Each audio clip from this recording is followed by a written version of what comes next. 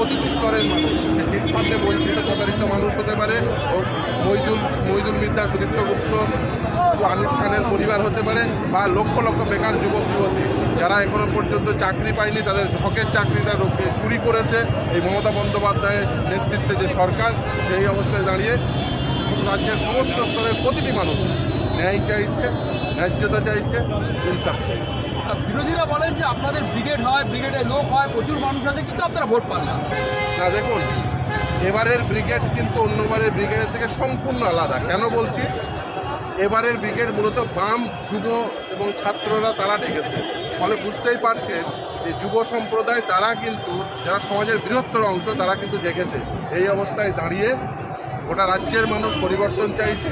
তাই ইনসাফের দাবিতে, ন্যায্যতার দাবিতে গোটা রাজ্যের প্রতিটি স্তরের মানুষ, সেই চিটফান্ডে বঞ্চিত প্রতারিত মানুষ হতে পারেন, চাকরি না পাওয়া প্রতিটি বঞ্চিত যোগ্য চাকরি প্রার্থী হতে পারেন, বা কোনো প্রকল্পে, যে প্রকল্পের সুবিধা পাওয়া উচিত ছিল যে সমস্ত মানুষদের, অথচ তারা পাননি, সেই সমস্ত মানুষ হতে পারেন। প্রতিটি মানুষ এই মুহূর্তে দাঁড়িয়ে ন্যায্যতা চাইছেন, ন্যায় চাইছেন, ইনসাফ চাইছেন। অনেক ধন্যবাদ আপনাকে। অর্থাৎ বুঝতেই পারছো যে ইনসাফের